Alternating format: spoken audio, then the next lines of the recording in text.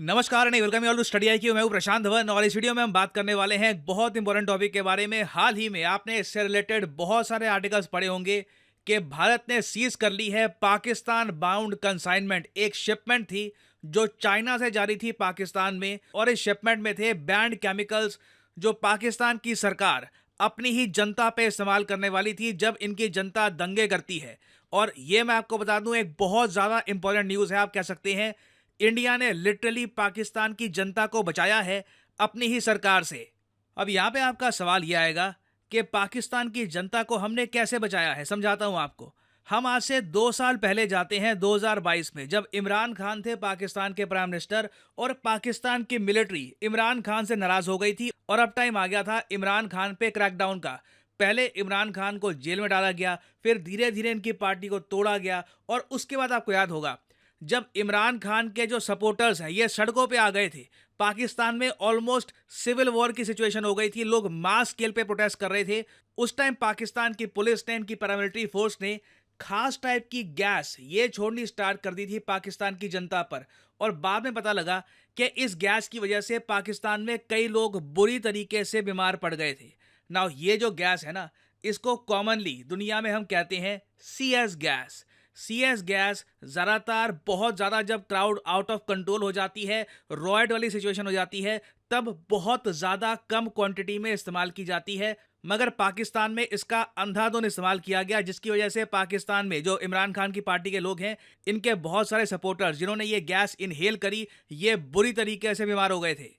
और एक इंटरेस्टिंग बात आपको ये बता रहा हूं कि CS गैस का यूज करना जंग में, वॉर में, ये केमिकल वेपन्स ट्रीटी के अंडर बैंड है। UN ने इसको 1993 में फिर से बैन कर दिया था, एक्चुअली रिपीट कर दिया था उस बैन का। मगर डोमेस्टिक यूज में बहुत ज्यादा कम क्वांटिटी में ये गैस कभी कभी अलाउड होती है जब सरकार को खतरा लग रहा है कि लोग बिल्कुल तख्ता पलट कर देंगे, रेवोल्यूशन हो जाएगा। मगर जैसे मैंने आपको बताया, पाकिस्तान में इस गैस का अंधा यूज होता है। और रिसेंटली क्या हो रहा था कि पाकिस्तान ने बहुत सारे बैरल्स केमिकल्स के मंगाए थे चाइना से।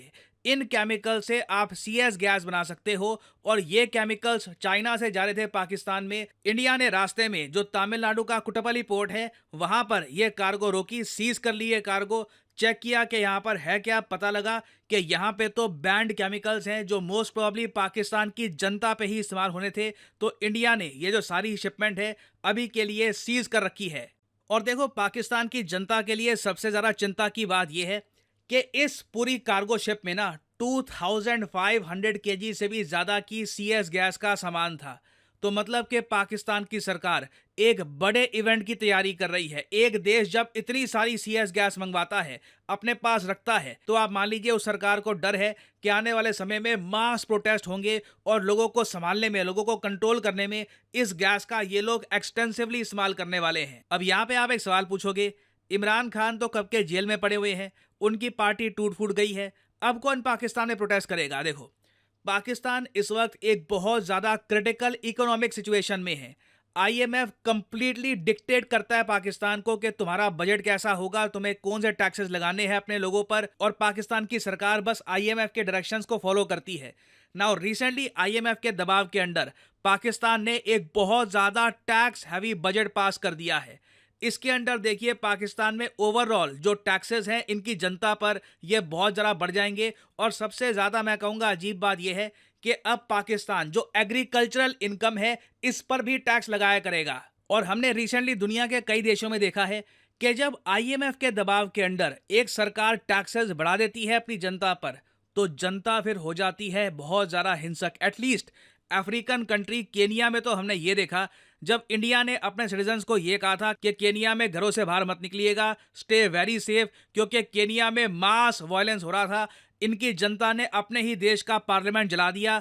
अपने देश की कैपिटल नायरोबी में हिंसा करते रहे जब तक केनिया की सरकार ने जो ये टैक्सेस थे, IMF के टैक्सेस, ये रोल बैक नहीं किया, ये हटाए नहीं। तो जैसे मैंने उस वीडियो में आपको बताया था कि पाकिस्तान में इतनी लोगों को एजुकेशन है नहीं कि IMF कर क्या रहा है, इनके ऊपर कितने टैक्सेस बढ़ने वाले हैं, इन्फ्लेशन कितनी बढ़ेगी, इनकी सैलरी क्या है, तो चांसेस वैसे कम है कि ये लोग प्रोटेस्ट करेंगे अनलेस कोई इनको कोई लीडर मिल जाता है ग्राउंड से जो इनको प्रोटेस्ट करने के लिए लीड करता है। बट पाकिस्तान की गवर्नमेंट को ये पता है कि IMF से अभी इनको बहुत सारी इंस्ट्रक्शंस लेनी है और पाकिस्तान में टैक्सेस बढ़ते ही जाएंगे। और अगेन यहाँ पर ये अज्यूम मत कर लेना कि ये कोई छोटी बात है। पाकिस्तान के फाइनेंस मिनिस्टर ने पार्लियामेंट में खड़े होकर ये बात एडमिट करी है कि हाँ, हमारी देश की जनता बहुत ज्यादा स्ट्रेस्ड है due to new taxes imposed in budget. क्योंकि एक तरफ तो देखो अब हर चीज पे इनका टैक्स लगा करेगा और साथ ही साथ अचानक से पाकिस्तान में जो महंगाई है, इन्फ्लेशन है, ये भी बढ़ रही है।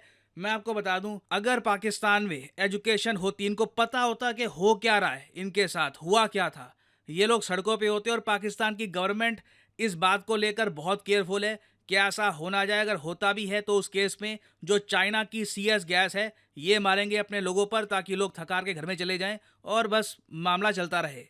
अब यहाँ पे आप एक सवाल पूछ सकते हैं कि इस सब का इम्पैक्ट इंडिया पे क्या होगा। देखो, हम पे बहुत ही बड़ा इसका इम्पैक्ट होगा जब पाकिस्तान ऑक्यूपाइड कश्मीर में प्रोटेस्ट आउट ऑफ कंट्रोल हो जाएंगे। याद रखिएगा, राजनाथ सिंह जी ने एक बात कही थी कि POK के लिए लड़ने की आवश्यकता नहीं होगी, POK खुद ही इंडिया से मर्ज हो जाएगा। अब यहाँ पे आप कहोगे कैसे हो जाएगा?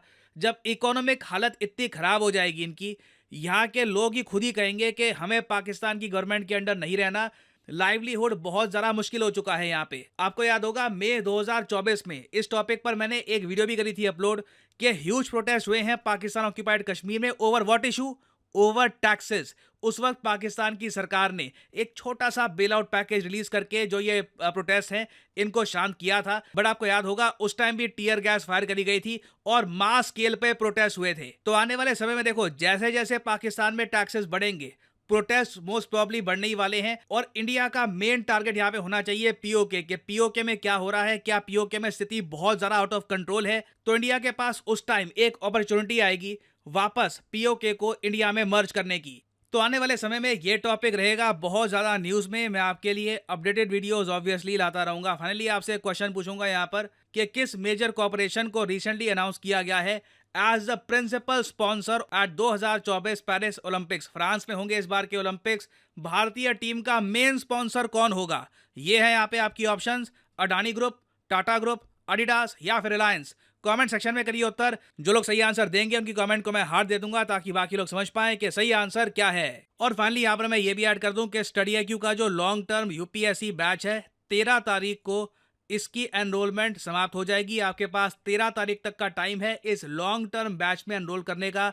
तो कमेंट सेक्शन में जाइए, यहाँ पे आपको मिलेगा लिंक और फिर आपके सामने खुल जाएगा ये पेज। और यहाँ पे आप जो लॉन्ग टर्म कोर्स है, this is specifically designed for students जो मान के चलते हैं कि आने वाले सालों में इन्हें अच्छे से तैयारी करके एक प्रॉपर अटेम्प्ट देना UPSC का। तो इसकी जो वैलिडिटी है इसलिए 36 महीने की होती है। लाइव क्लासेस यहाँ पे आपको मिलेगी, 1-to-1 mentorship, answer writing programme, prelims test series. और ऑफ कोर्स जो प्राइस यहाँ पर लिखा है ये पे करने की जरूरत नहीं है। Simply use the code PD10 और प्राइसेस अपने आप गिरना स्टार्ट हो जाएंगे। You will be able to save a lot of money. याद रखिएगा, जो ये लॉन्ग टर्म कोर्स है ये एक्स्ट्रा वैलिडिटी के साथ आता है ताकि आपके पास टाइम का हमेशा कंफर्ट हो। So use the code PD10 and save money. इसी नोट के साथ ये है वीडियो का। Thank you for listening and as I always say, may the gods watch over you.